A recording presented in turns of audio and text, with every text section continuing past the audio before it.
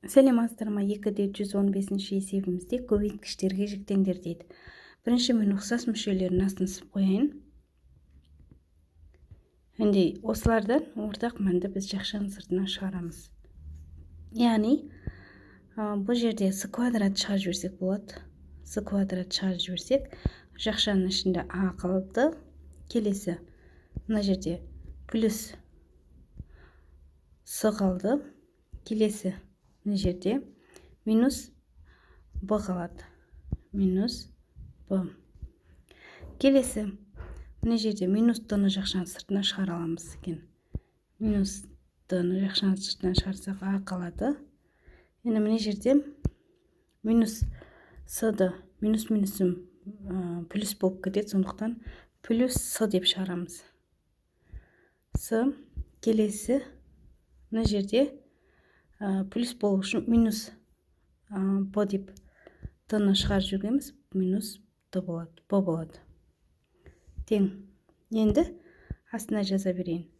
А қосу с азайту б, с квадрат азайту д. Осымен бірінші есебіміз аяқталды. Келесі екінші есебіміз.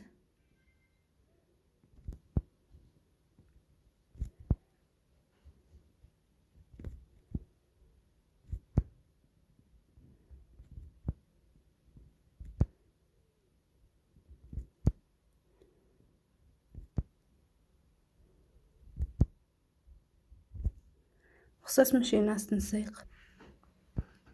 mx квадрат, nx квадрат, my квадрат, ny квадрат. Және мінеке ұқсас. Енді жақшаның сыртына тең деп қояйын. X квадрат шығарамыз. Сонда m қосылған.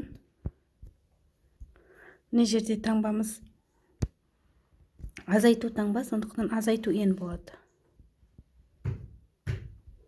Азайту n. Келесі, жақшаның сыртына қосылған y квадрат шығарамыз. Қосылған y квадрат. Сонда m болады. Мына жерде азайтылған n болады. Келесіде, мына жерде екеуін орнына ауыстырамыз. m азайту n болады. Екеуін орнына ауыстырдым. Таңбаларымен орындары ауысады. Енді теңдеймді. m азайту n. Жақшаның сыртында x квадрат бар, қосылған y квадрат бар. Және де мына екеуін орнында 1 деген сан бар. Яғни минус 1 тең. Осымен екінші есебіміз аяқталды.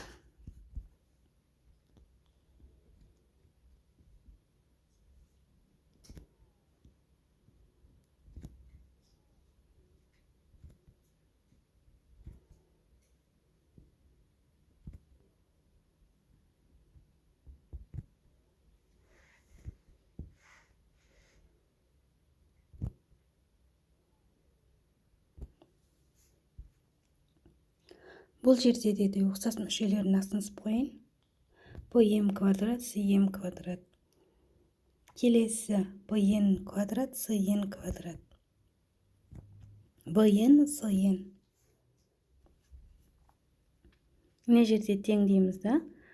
m квадрат шығарып жібереміз. Жақшаның ішіне b қосу с қалды. Келесі, мына жерде минус n шығарып жібереміз. Минус n шығарып жіберсек, b қалады. Мына жерде минус болу үшін плюс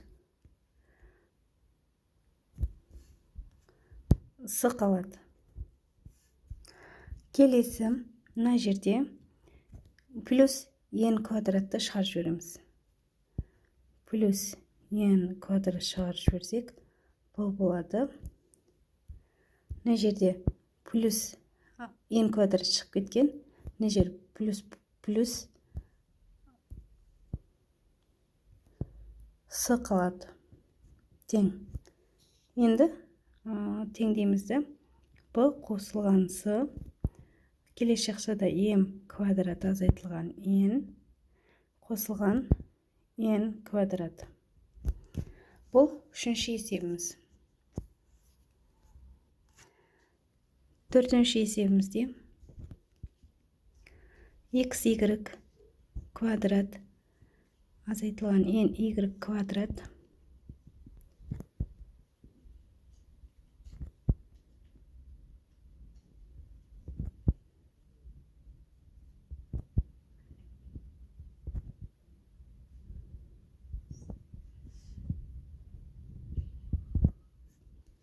ұқсас мүшелерін астын сызып қояйық.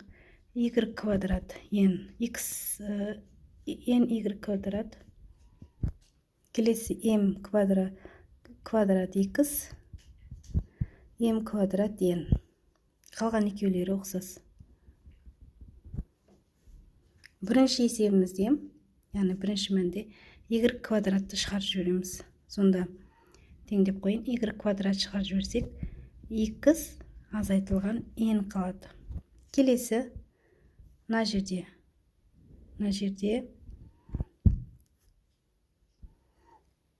яғни минус болған m-ді шығара аламыз. Сонда x азайтылған m болады. Неге n? Себебі мына жердегі плюс таңбамыз мына 2 минус 1-1-мен көбейтілгенде мына жерде плюс таңба болады. Сондықтан минус деп шығарамыз. Келесі бізде қалған мына 2 аралық. Бұл жерде плюс m квадратты жақшаның сыртынан шығарып жібереміз. Яғни плюс m квадрат шығарып жіберсек, x азайтылған n болады. Енді тең деп қойын. Тең x азайтылған n болады. Келесі y квадрат азайту m қосу m квадрат болады. Бұл төртінші есебіміз. Келесі бесінші есеп.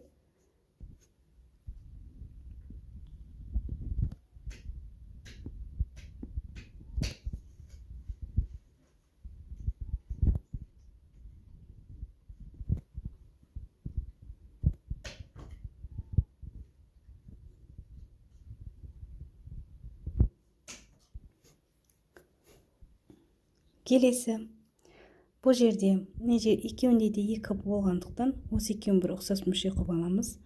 Және мына екеуін бір ұқсас мүше қылып аламыз. Келесі мына үшеуін, мына екеуін өзара бөлек аламыз. Енді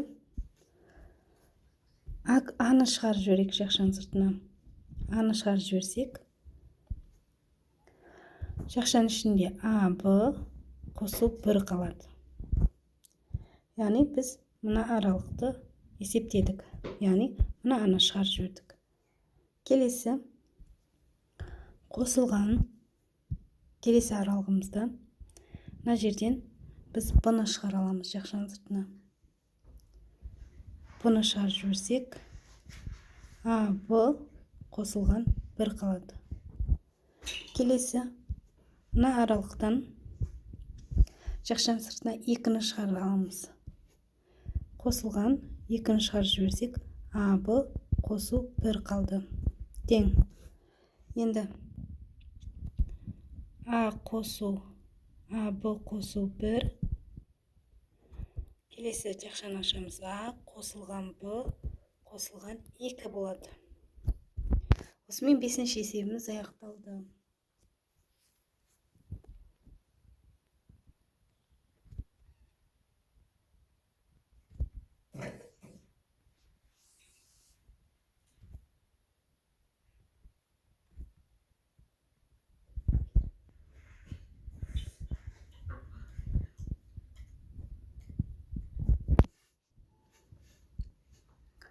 Алтыншы есебімізде мына үш аралықта y квадрат шығара аламыз екен, мына аралықта x-ті шығара аламыз. Яғни бұлай сіздерге түсінікті болу үшін тағы астын сызып қойын. Енді теңдеймді. Мына аралықта x-ті шығара аламыз. Сонда x қалады азайтылған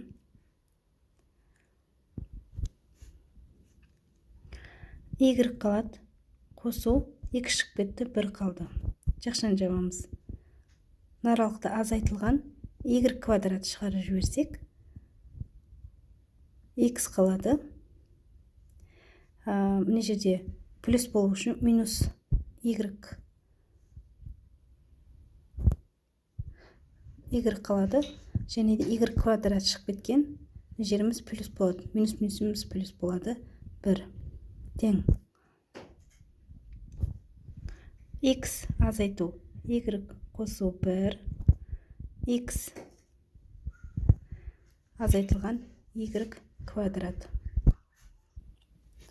Осымен 6-шы есебіміз аяқталды. Егер түсінбеген болсаңыздар, сұрақ қойсаңыздар болады. Барынша түсінікті қылып жаздым. Каналыма тіркелмеген болсаңыздар, тіркеліп кетіңіздер. Соңына дейін көргендеріңізге рахмет. Сау болыңыздар.